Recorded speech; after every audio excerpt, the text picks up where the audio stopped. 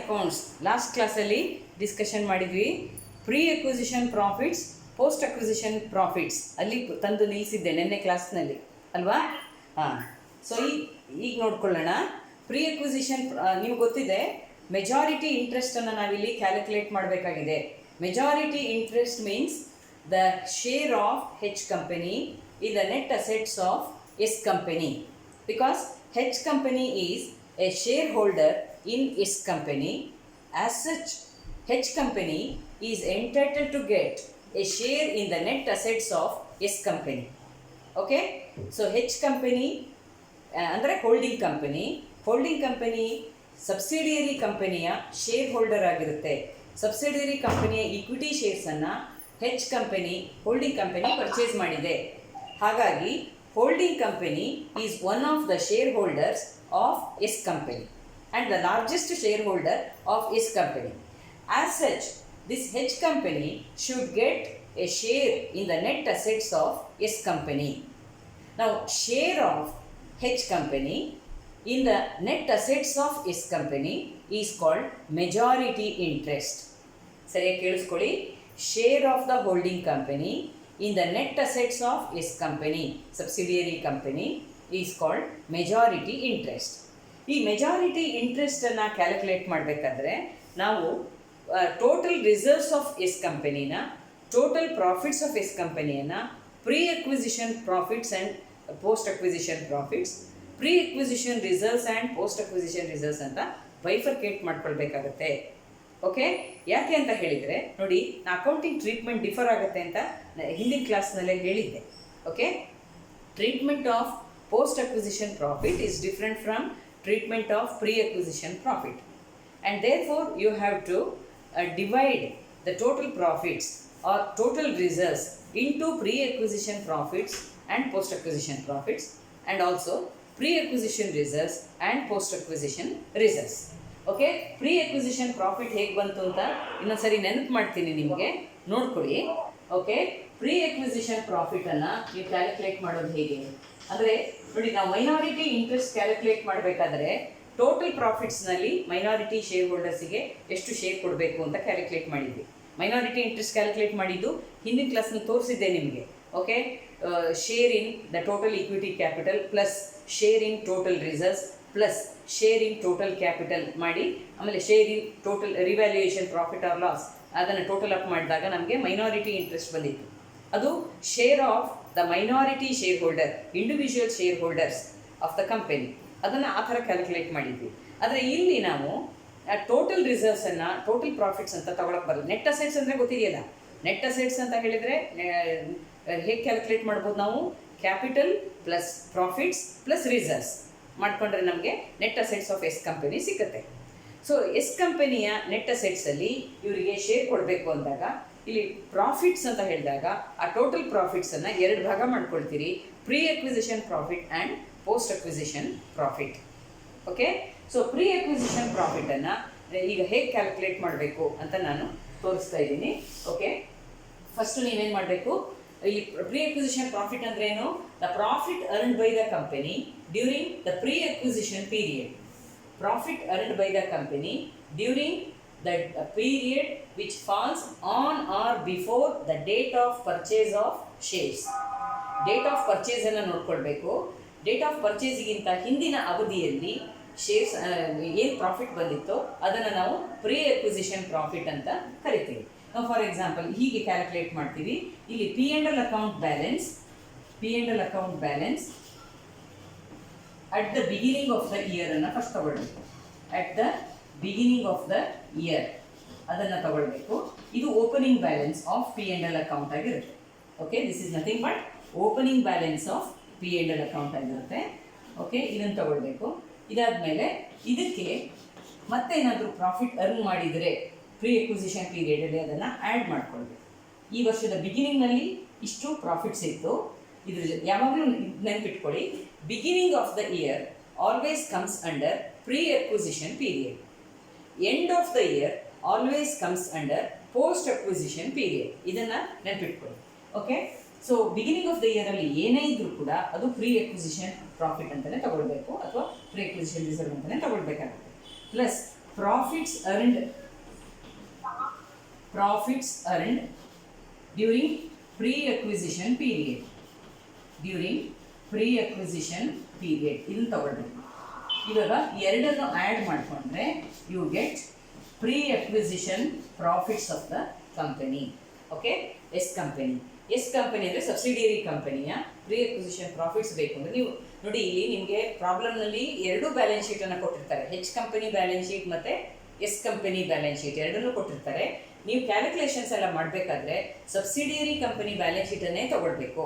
ಯಾಕೆಂದರೆ we are dividing the net assets of S company or we are distributing the net assets of S company among H company and the minority shareholders. ಹಾಗಾಗಿ S company balance sheet ನೋಡಿಕೊಂಡ್ರೆ ನಿಮಗೆ P&L account balance ಸಿಗುತ್ತೆ, ಅದನ್ನು ತಗೊಂಡು ಮಾಡಬೇಕು.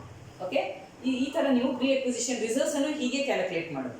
Okay, reserves at the beginning of the year ತಗೊಳ್ಬೇಕು and reserves created during pre acquisition period ತಗೊಳ್ಬೇಕು. ಎರಡನ್ನೂ ಆ್ಯಡ್ ಮಾಡಿದರೆ total pre acquisition reserves of S company ಸಿಗುತ್ತೆ. ಓಕೆ, ಸೊ ಈಗ ನೀವೇನು ಮಾಡಬೇಕು, ಇದನ್ನೆಲ್ಲ ಕ್ಯಾಲ್ಕುಲೇಟ್ ಮಾಡಿದ ಮೇಲೆ ಮೆಜಾರಿಟಿ ಇಂಟ್ರೆಸ್ಟನ್ನು ಕ್ಯಾಲ್ಕುಲೇಟ್ ಮಾಡಬೇಕು. ಓಕೆ, ನಾವು we will see how to calculate the majority interest. Majority interest ಅಂತ ಹೇಳಿದರೆ this is the H company's share or holding company's share in the net assets of subsidiary company.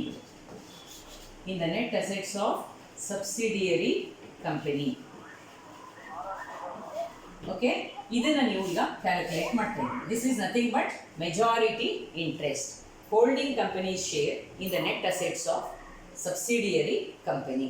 ಇದನ್ನು ನೀವೀಗ calculate ಮಾಡಬೇಕು. ಇಲ್ಲಿ calculate ಮಾಡಬೇಕಾದ್ರೆ ಒಂದು ಪಾಯಿಂಟನ್ನು ನೆನಪಿಟ್ಕೊಳ್ಳಿ.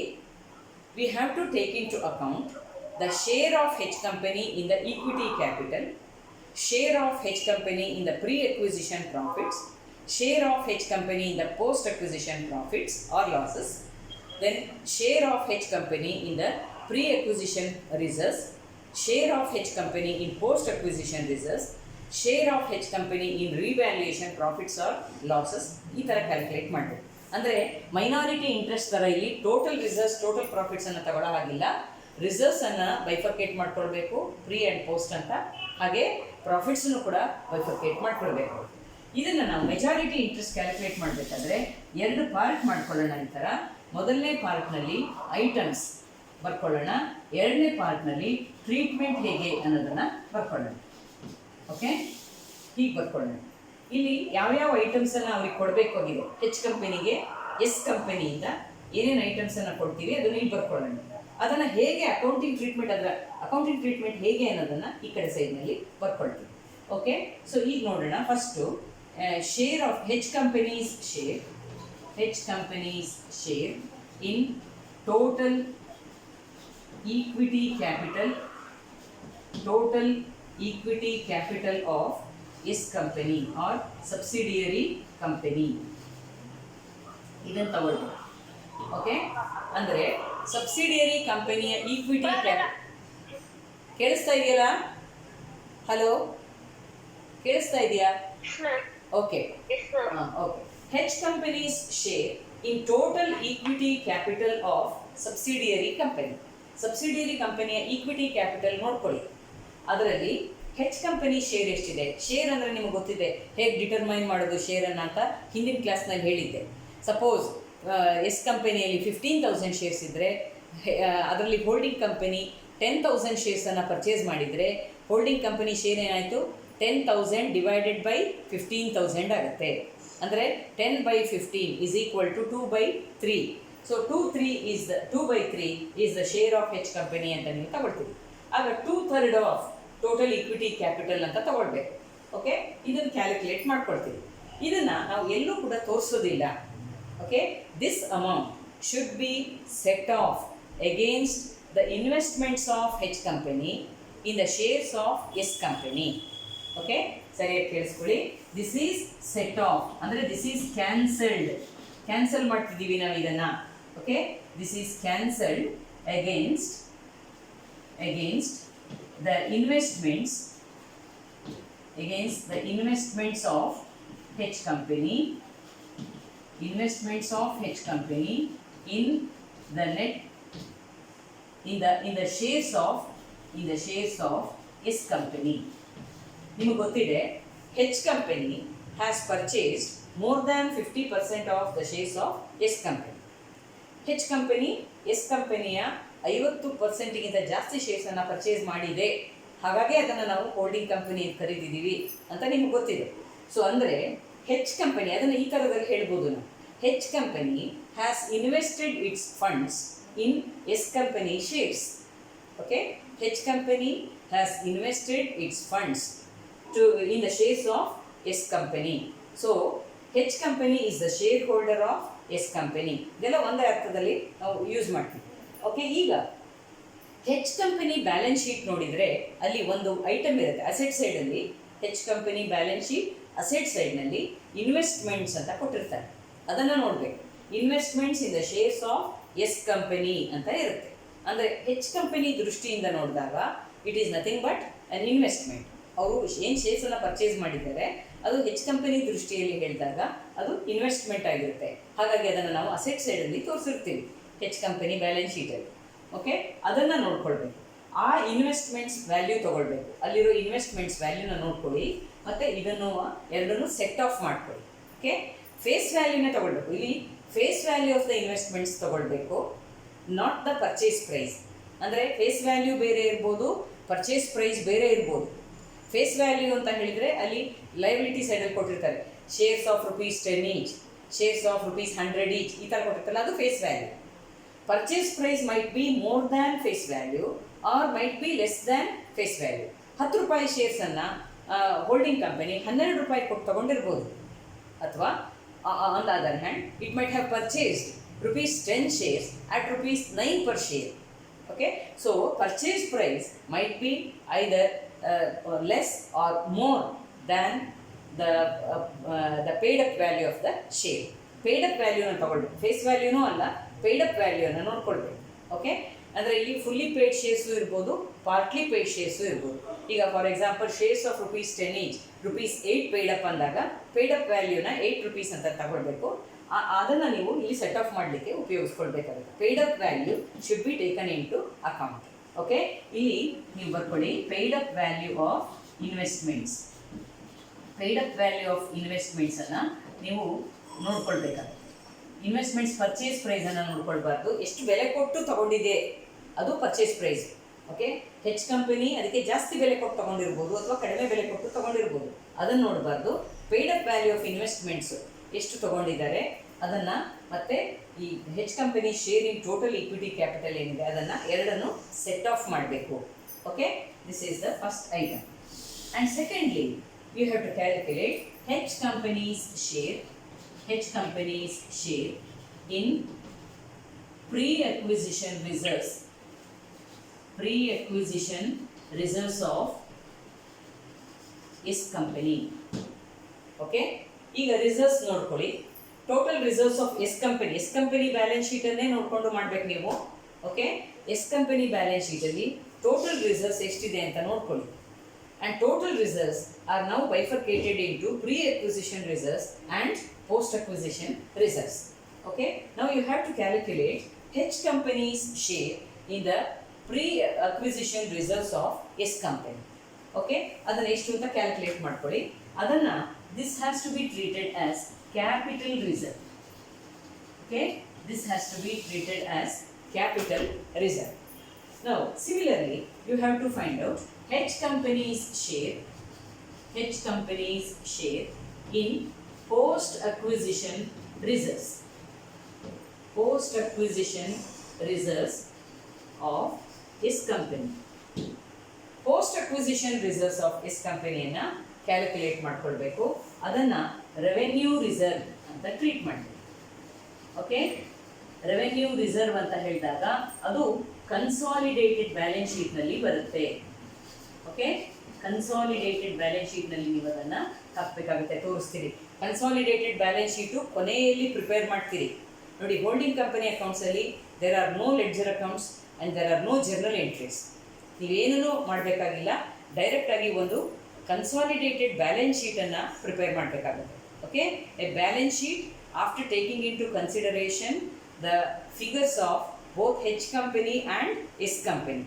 ಹೆಚ್ ಕಂಪನಿ ಫಿಗರ್ಸನ್ನು ತೊಗೊಳ್ಬೇಕು, ಎಸ್ ಕಂಪನಿ ಫಿಗರ್ಸನ್ನು ತೊಗೊಂಡು ಒಂದು consolidated balance sheet of H ಕಂಪನಿಯನ್ನು ನೀವು ಪ್ರಿಪೇರ್ ಮಾಡಬೇಕಾಗುತ್ತೆ. ಈ ಕನ್ಸಾಲಿಡೇಟೆಡ್ ಬ್ಯಾಲೆನ್ಸ್ ಶೀಟ್ನಲ್ಲಿ ರೆವೆನ್ಯೂ ರಿಸರ್ವ್ಸನ್ನು ನೀವು ಇದು ಪೋಸ್ಟ್ ಅಕ್ವಿಸಿಷನ್ ರಿಸರ್ವ್ ಏನಾದರೂ ಇದ್ದರೆ ಹೆಚ್ ಕಂಪನೀಸ್ ಶೇರ್, ಪೂರ್ತಿ ಪೋಸ್ಟ್ ಅಕ್ವಿಸಿಷನ್ ರಿಸರ್ವ್ ಅಲ್ಲ, H companies share in post acquisition ರಿಸರ್ವನ್ನು ಕ್ಯಾಲ್ಕುಲೇಟ್ ಮಾಡ್ಕೊಳ್ಳಿ. That should be taken as revenue reserve and it is shown in the consolidated balance sheet. ಇಲ್ಲಿ ಒಂದು ಪಾಯಿಂಟನ್ನು ನೆನ್ಪಿಟ್ಕೊಳ್ಳಿ ನೋಡಿ, ಪ್ರೀ ಅಕ್ವಿಸಿಷನ್ ಅಂತ ಬಂದರೆ it might be pre acquisition profit or pre acquisition reserve anything. Okay, ಅದು ಬಂದರೆ ಆಗ ನೀವು ಅದನ್ನು ಕ್ಯಾಪಿಟಲ್ ರಿಸರ್ವ್ ಅಂತ ಟ್ರೀಟ್ ಮಾಡಬೇಕಾಗುತ್ತೆ. ಪ್ರೀ ಅಕ್ವಿಸಿಷನ್ ರಿಸರ್ವ್ ಅಥವಾ ಪ್ರೀ ಅಕ್ವಿಸಿಷನ್ ಪ್ರಾಫಿಟ್ಸ್ ಹೀಗೆ ಬಂದರೆ ಇದನ್ನು ನೀವು ಕ್ಯಾಪಿಟಲ್ ರಿಸರ್ವ್ ಅಂತ ಟ್ರೀಟ್ ಮಾಡಬೇಕು. ಇದನ್ನು ತುಂಬ ಈಸಿಯಾಗಿ ನೆನಪಿಟ್ಕೊಳ್ಬೋದು ನೀವು. ಓಕೆ, ಅದೇ ಥರ post acquisition profits, okay, post acquisition profits ಅಥವಾ post acquisition reserves, post acquisition reserves or post acquisition profits ಬಂದರೆ ಅದನ್ನು ನೀವು ರೆವೆನ್ಯೂ ಪ್ರಾಫಿಟ್ ಅಥವಾ ರೆವೆನ್ಯೂ ರಿಸರ್ವ್ ಅಂತ ತಗೊಳ್ಬೇಕಾಗುತ್ತೆ. ಓಕೆ, ರೆವೆನ್ಯೂ ರಿಸರ್ವ್ ಅಂತ ಮತ್ತು ಇದನ್ನು ರೆವೆನ್ಯೂ ಪ್ರಾಫಿಟ್ಸ್ ಅಂತ ಕರಿತೀವಿ. ಓಕೆ, ರೆವೆನ್ಯೂ ರಿಸರ್ವ್ ಇದ್ದರೆ ಅಥವಾ ರೆವೆನ್ಯೂ ಪ್ರಾಫಿಟ್ಸ್ ಇದ್ದರೆ ಇದು ಕನ್ಸಾಲಿಡೇಟೆಡ್ ಬ್ಯಾಲೆನ್ಸ್ ಶೀಟ್ನಲ್ಲಿ ಬರಬೇಕು. Okay, so post acquisition reserve, H company share in post acquisition reserve, H company share in post acquisition profits ಇವೆರಡೂ ಕೂಡ ಕನ್ಸಾಲಿಡೇಟೆಡ್ ಬ್ಯಾಲೆನ್ಸ್ ಶೀಟ್ ಅಲ್ಲಿ ಬರುತ್ತೆ. ಅದನ್ನು ನಾವು ರೆವೆನ್ಯೂ ರಿಸರ್ವ್, ರೆವೆನ್ಯೂ ಪ್ರಾಫಿಟ್ಸ್ ಅಂತ ಕರಿತೀವಿ. Whereas pre acquisition reserve, H company share of pre acquisition reserve, H company share of pre acquisition profits ಬಂದರೆ that should B treated as capital reserve. Okay, ಇದನ್ನು ಸರಿಯಾಗಿ ನೆನಪಿಟ್ಕೊಳ್ಳಿ. Pre ಇದ್ದರೆ capital reserve, post ಇದ್ದರೆ revenue. Okay, ಈ ಥರ ನೆನ್ಪಿಟ್ಕೊಂಡ್ರೆ ಈಸಿಯಾಗಿ ಮಾಡಲಿಕ್ಕೆ ಆಗುತ್ತೆ. ಇಲ್ಲಿ ನಾನು ಬರೆದಿದ್ದೀನಿ ನೋಡಿ, H company share in pre acquisition profit ರಿಸರ್ವ್ಸನ್ನು ಕ್ಯಾಪಿಟಲ್ ರಿಸರ್ವ್ ಅಂತ ಬರೆದಿದ್ದೀನಿ. So H company share in post acquisition ರಿಸರ್ವ್ಸನ್ನು ನಾವು ರೆವೆನ್ಯೂ ರಿಸರ್ವ್ ಅಂತ ಟ್ರೀಟ್ ಮಾಡ್ತೀವಿ. ಇದು ಕನ್ಸಾಲಿಡೇಟೆಡ್ ಬ್ಯಾಲೆನ್ಸ್ ಶೀಟಿಗೆ ಬರುತ್ತೆ. ಹಾಗಾದರೆ ಕ್ಯಾಪಿಟಲ್ ರಿಸರ್ವ್ ಏನಾಗಬೇಕು? That should be adjusted against the amount of good will. Okay, good will calculation ಮಾಡಬೇಕು. ಅದು ಮುಂದಿನ ಸ್ಟೆಪ್ಸಲ್ಲಿ ನಾನು ಹೇಳ್ತೀನಿ. This should be set off against good will. Capital reserve ಅಥವಾ ಗುಡ್ ವಿಲ್ ಇವೆರಡರಲ್ಲಿ ಯಾವುದು ಜಾಸ್ತಿ ಉಳಿಯುತ್ತೆ ಕೊನೆಗೆ ಅದನ್ನು ಬ್ಯಾಲೆನ್ಸ್ ಶೀಟಲ್ಲಿ ತೋರಿಸ್ತೀವಿ. Both capital reserve and good will not be shown simultaneously in the balance sheet. ಎರಡನ್ನೂ ಒಟ್ಟಿಗೆ ತೋರಿಸೋದಿಲ್ಲ ನಾವು. ಒಂದು ಕ್ಯಾಪಿಟಲ್ ರಿಸರ್ವ್ ತೋರಿಸ್ತೀವಿ, ಇಲ್ಲ ಅಂದರೆ ಗುಡ್ ವಿಲ್ ತೋರಿಸ್ತೀವಿ. ಇವೆರಡರಲ್ಲಿ ಯಾವುದು ಜಾಸ್ತಿ ಇರುತ್ತೆ ನೋಡ್ತೀವಿ, ಒಂದಕ್ಕೊಂದನ್ನು ಸೆಟ್ ಆಫ್ ಮಾಡ್ತೀವಿ. ಯಾವುದು ಉಳಿಯುತ್ತೆ ಅದನ್ನು ನಾವು ತೋರಿಸ್ತೀವಿ. ಗುಡ್ ವಿಲ್ ಆದರೆ ಅಸೆಟ್ ಸೈಡಲ್ಲಿ ತೋರಿಸ್ತೀವಿ, ಕ್ಯಾಪಿಟಲ್ ರಿಸರ್ವ್ ಆದರೆ ಲಯಬಿಲಿಟಿ ಸೈಡ್ನಲ್ಲಿ ತೋರಿಸ್ಬೇಕಾಗುತ್ತೆ. ಓಕೆ, ನಾವು will move on to the next item. Okay, next item ಇಲ್ಲಿ ಬರೀತೀನಿ. ಇದು ಫಸ್ಟ್ ಐಟಮ್. ಓಕೆ, ಇದು second, third one, fourth item. Fourth item is H company's share in pre-acquisition profits of S company. Okay, H company's share in pre-acquisition profits of S company. ನಾನು ಆಗಲೇ ಹೇಳಿದೆ, pre-acquisition ಅಂತ ಬಂದ ಕೂಡಲೇ this should be treated as capital reserve. Okay, next, H company's share in post acquisition profits of S company. Post acquisition profits are treated as revenue profits. Okay, revenue profits should be shown in the consolidated balance sheet. Okay, so in the final stage you will prepare the consolidated balance sheet. Okay, next one, suppose there is pre-acquisition loss or post-acquisition loss in S company. In that case you have to know the treatment. Okay, you should know the treatment. H company's share in pre-acquisition loss pre-acquisition loss of S company. Okay, in this case, when there is pre-acquisition loss, you should treat it as goodwill. Okay, this should be treated as goodwill. Loss idre goodwill, profit idre capital reserve. Okay, so 7. H company's share in post-acquisition loss of S company. Post-acquisition loss idre S company aga H company's share in post-acquisition loss of S company should be treated as revenue loss. Revenue loss, and it is deducted out of the total P&L account balance in the consolidated balance sheet. Consolidated balance sheet ಮಾಡಬೇಕಾದ್ರೆ ನೀವು ಅದನ್ನು deduct ಮಾಡಿ ತೋರಿಸಬೇಕು. ಆದರೆ goodwill ಅನ್ನು ನೀವು balance ಶೀಟಲ್ಲಿ ತೋರಿಸಲ್ಲ. Goodwill is set off against capital reserve. You have to calculate the total amount of goodwill of both the companies and total of capital reserves of both the companies. Goodwill should be set off against the capital reserve, and only the remaining balance is shown in the consolidated balance sheet. Okay, and next item, H company's share in revaluation profits of S company. Okay, when there are revaluation profits, it is treated as capital reserve, because usually the revaluation of assets in S company is made during the pre-acquisition period. So any revaluation profits is treated as capital reserve. Next is H company's share in revaluation loss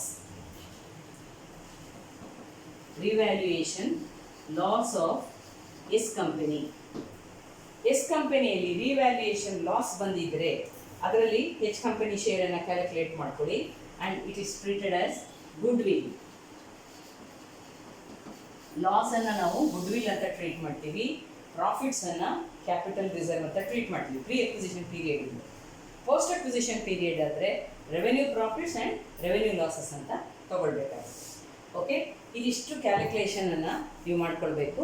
and that is about the treatment of majority interest. Okay, ಇದು majority interest ಅಂದರೆ ಇನ್ನೊಂದು ಸಾರಿ ಹೇಳ್ತೀನಿ, this is the holding companies share in the net assets of subsidiary company. Okay, net assets of subsidiary company means total of capital, reserves and profits. So you are giving the share in the equity capital of S company, in the reserves, pre-acquisition reserves or post-acquisition reserves of S company, and a share in pre-acquisition profits or losses, post-acquisition profits or losses. Okay, again a share in the revaluation profits or losses. Okay, that is how you have to calculate the majority interest. Now ಯಾಕೆ ಈ format ಅಲ್ಲಿ ಬರಿತಾ ಇದ್ದೀವಿ ಇದನ್ನಂದ್ರೆ, ನಾವು in the next step you have to calculate the total amount of goodwill of both the companies, total amount of capital reserve of both the companies. Okay, total goodwill of the group and total capital reserve of the group should be calculated.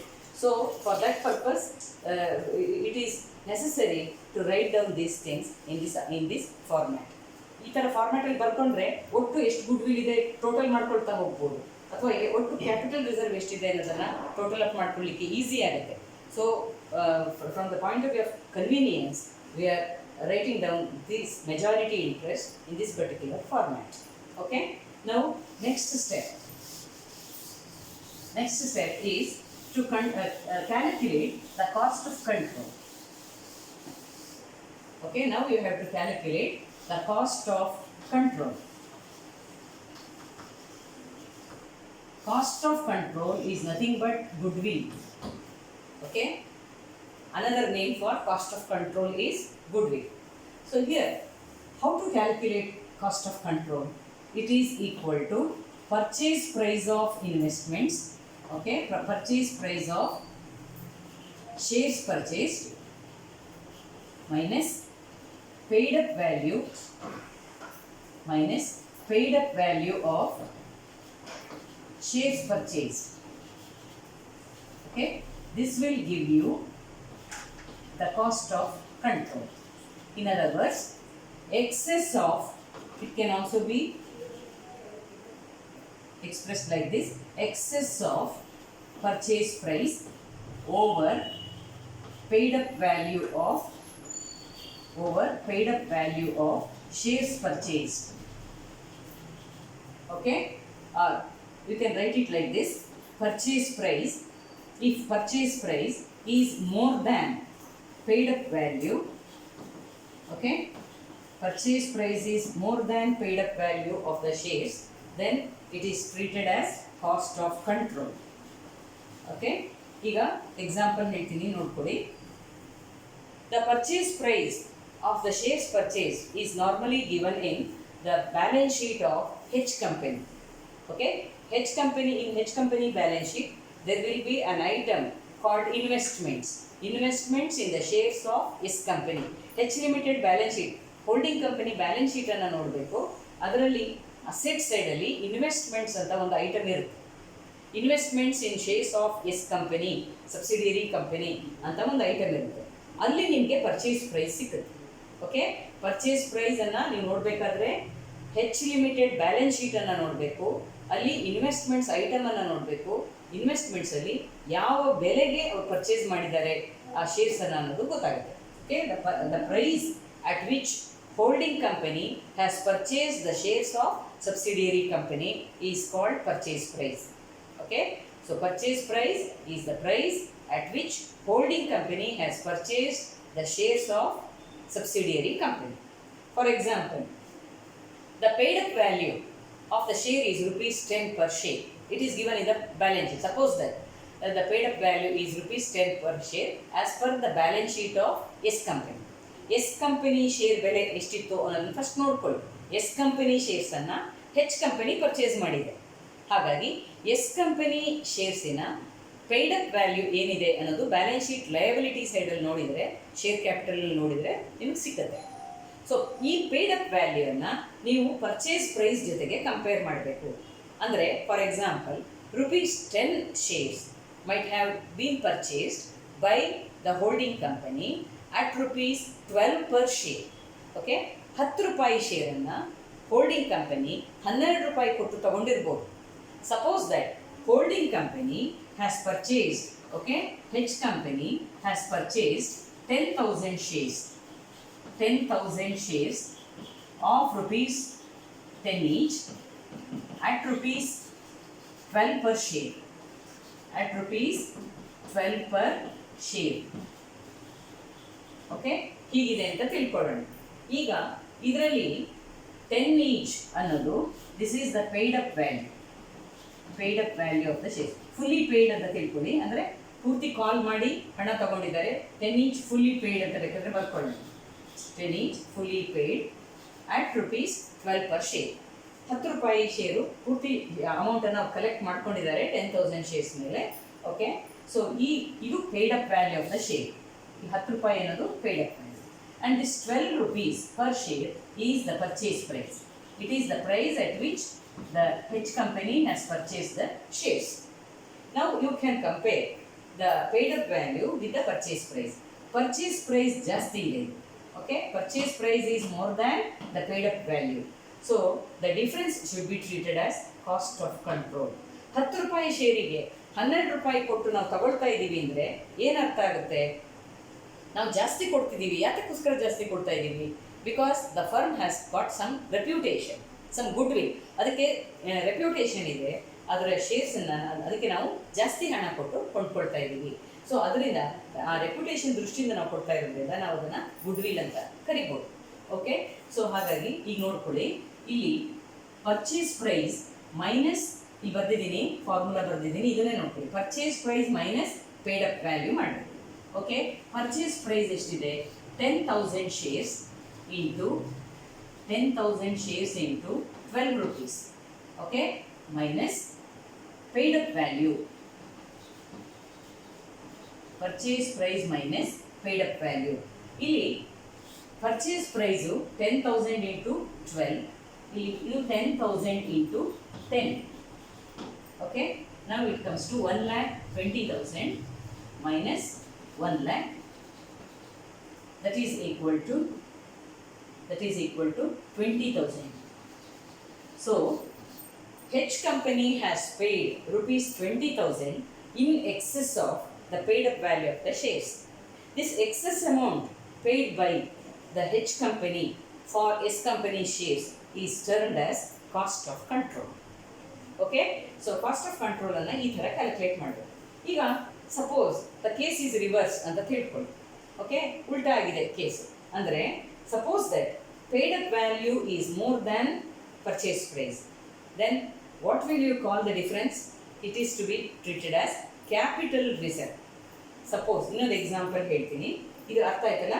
So 20,000 is the cost of control. ಈಗ reverse case ನೋಡೋಣ. Suppose that purchase price is less than paid up value.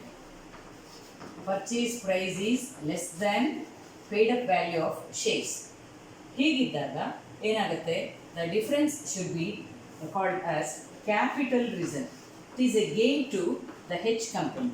This is to be treated as capital reserve. ಯಾಕೆ ಅಂತ ನೋಡೋಣ. ನೋಡಿ, suppose that ಇಲ್ಲಿ purchase price is 10,000 shares into ₹9 per share. Okay, ನಾವು 9 rupees ಕೊಟ್ಟು ಶೇರ್ಸನ್ನು purchase ಮಾಡಿದ್ದೀವಿ ಅಂತ ತಿಳ್ಕೊಳ್ಳೋಣ. And paid up value is 10,000 shares of ₹10 each. Okay, so ನಾವು take the difference. 90,000 minus 1 lakh. Now in this case, okay, in this case the paid up value is more than purchase price, or in other words purchase price is less than the paid up value. Andre 1 lakh worth of investments are purchased for only 90,000 rupees. ಅದರ ನಿಜವಾದ ವರ್ತು 1 lakh rupees ಇದೆ ಶೇರ್ಸಿನ ವರ್ತು, ಆದರೆ ನಾವು ಕೊಟ್ಟಿರೋದು 90,000 ಮಾತ್ರ ಅಂತ ಹೇಳಿದಾಗ ನಮಗೆ 10,000 rupees ಗೇನ್ ಆಯಿತು. It is a benefit, it is a gain to the holding company. Okay, ಕಡಿಮೆ ಹಣಕ್ಕೆ ಜಾಸ್ತಿ ಬೆಲೆ ಇನ್ವೆಸ್ಟ್ಮೆಂಟ್ಸ್ ಅನ್ನು ಅದು ತಗೊಳ್ತಾ ಇದೆ ಅಂದರೆ it is a gain to the holding company, and therefore any such gain is considered as capital reserve. Okay, ಇದನ್ನು ನಾವು ಹಾಗಾಗಿ ಕ್ಯಾಪಿಟಲ್ ರಿಸರ್ವ್ ಅಂತ ಟ್ರೀಟ್ ಮಾಡ್ತೀವಿ. This is how you have to determine whether there is cost of control or cost of control or capital reserve. Now here you have to, another point in this context is that you have to calculate the cost of control or capital reserve not only for equity shares but also for preference shares and also for debentures purchased by the holding company which are of S company. Okay, ಈಗ S company equity shares, S company preference shares, S company debentures, ಈ ಮೂರನ್ನು ಕೂಡ H company ಸ್ವಲ್ಪ ತಗೊಂಡಿರ್ಬೋದು. ಆಗ equity ಶೇರ್ಸಲ್ಲಿ ಎಷ್ಟು cost of control or capital reserve ಬಂದಿದೆ calculate ಮಾಡ್ಕೊಳ್ಳಿ. ಪ್ರಿಫರೆನ್ಸ್ ಶೇರ್ಸ್ ಪರ್ಚೇಸ್ ಮಾಡಿದಾಗ cost of control or capital reserve ಎಷ್ಟು ಬಂದಿದೆ ಅಂತ ಕ್ಯಾಲ್ಕುಲೇಟ್ ಮಾಡ್ಕೊಳ್ಳಿ. Similarly with respect to the purchase of debentures, what is the amount of capital reserve and the cost of control or cost of control, that has to be determined. ಮೂರನ್ನು ಬೇರೆ ಬೇರೆಯಾಗಿ calculate ಮಾಡಿಕೊಂಡು ಆಮೇಲೆ ಅದರ net ಫಿಗರ್ನ ನೀವು ತಗೊಳ್ಬೇಕಾಗುತ್ತೆ. Okay, so you have to calculate the cost of control or the cost of control or capital reserve not only with respect to equity purchase of equity shares but also with respect to the purchase of preference shares and debentures of S company. ಇದನ್ನು ನೆನಪಿನಲ್ಲಿ ಇಟ್ಕೊಂಡು okay, ಪ್ರಾಬ್ಲಮ್ನಲ್ಲಿ ನೋಡ್ಕೊಳ್ಬೇಕು ಯಾವ್ಯಾವುದನ್ನು purchase ಮಾಡಿದ್ದಾರೆ ಅವರು ಅನ್ನೋದನ್ನು ನೋಡಿಕೊಂಡು ಕ್ಯಾಲ್ಕುಲೇಷನನ್ನು ಮಾಡ್ಕೊಳ್ಬೇಕು. And the next step is to find out or to calculate the total goodwill or total capital reserve of the group. Now next step is to find out total goodwill of the group.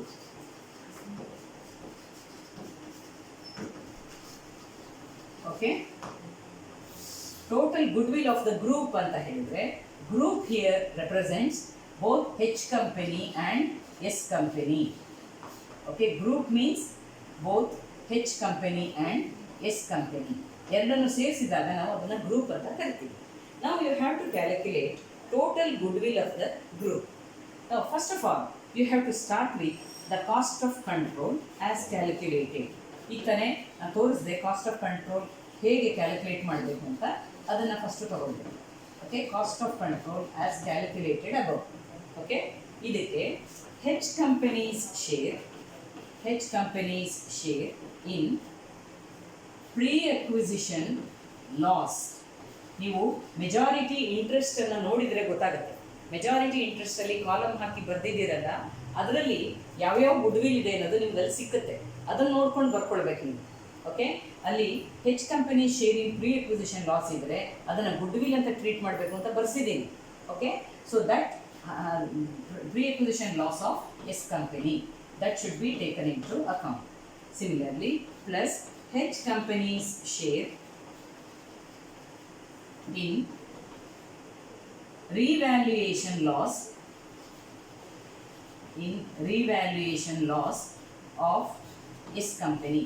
Suppose there is revaluation loss in S company. Now H company share in that loss should be treated as goodwill. ಅದು ಕೂಡ majority ಇಂಟ್ರೆಸ್ಟಲ್ಲಿ, ಇವೆರಡೂ ಕೂಡ ನೀವು majority ಇಂಟ್ರೆಸ್ಟನ್ನು refer ಮಾಡಿದರೆ ಸಿಕ್ಕತ್ತೆ.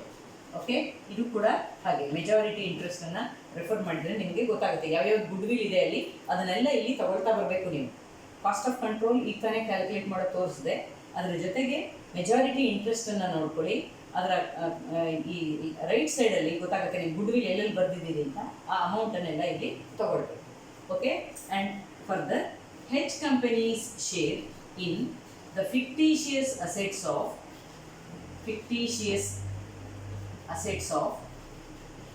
S company. S ಕಂಪನಿಯ fictitious assets ಏನಾದರೂ ಇದ್ದರೆ ಅದರ ಶೇರನ್ನು ಕೂಡ ನೀವು ತಗೊಳ್ಬೇಕಾಗುತ್ತೆ. ಓಕೆ, ಅದನ್ನು ಕೂಡ ಲೆಕ್ಕ ತಗೊಳ್ಳಿ. ಅದರ ಜೊತೆಗೆ one more item, that is goodwill as appearing in the balance sheet of H company and S company. Okay, ಈಗ ಎರಡೂ ಕಂಪನಿಯ ಬ್ಯಾಲೆನ್ಸ್ ಶೀಟನ್ನು ನೋಡ್ಕೊಳ್ಬೇಕು, H company and S company. ಆ ಬ್ಯಾಲೆನ್ಸ್ ಶೀಟನ್ನು ನೋಡಿಕೊಂಡು ಅದರಲ್ಲಿರುವಂಥ ಗುಡ್ವಿಲನ್ನು ಕೂಡ ನೀವು ತಗೊಳ್ಬೇಕಾಗುತ್ತೆ. Goodwill as per the balance sheet of H company and S company. Both balance sheets should be taken into account and take the amount of goodwill if any.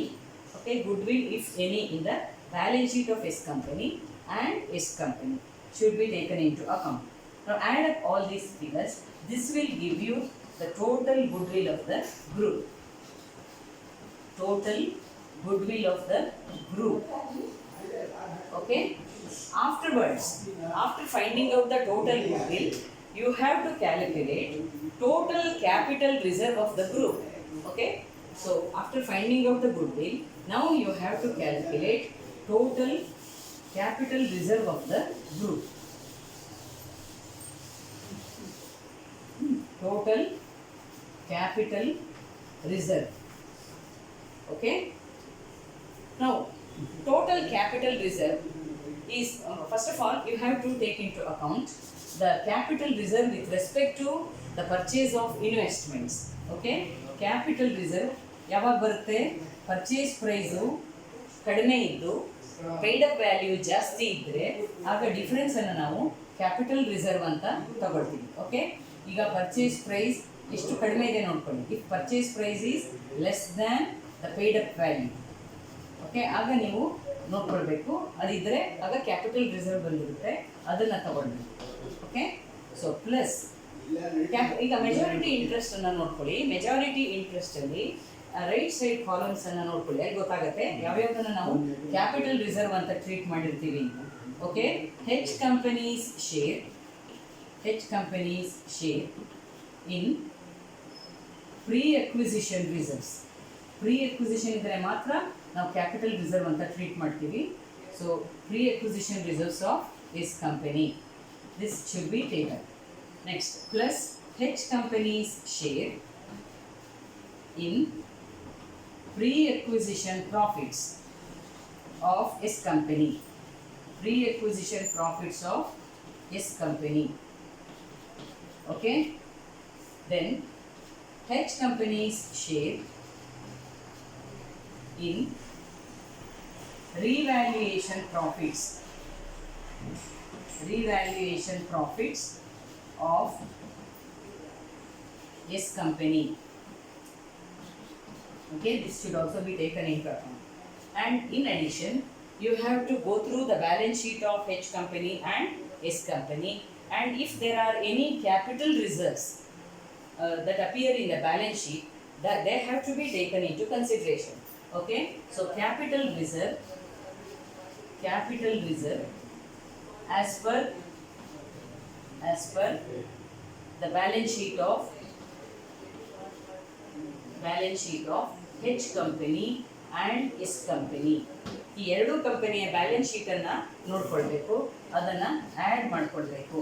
ಇದಿಷ್ಟನ್ನು add ಮಾಡಿದಾಗ you get total capital reserve of the group ಬರುತ್ತೆ. Okay, this is the total capital reserve of the group. Okay, this is how you have to find out the total goodwill and total capital reserve of the group. Okay, ಕೇಳಿಸ್ತಾ ಇದೆಯಾ? ಕೇಳಿಸ್ತಿದೆಯೇನಪ್ಪ? Hello hello hello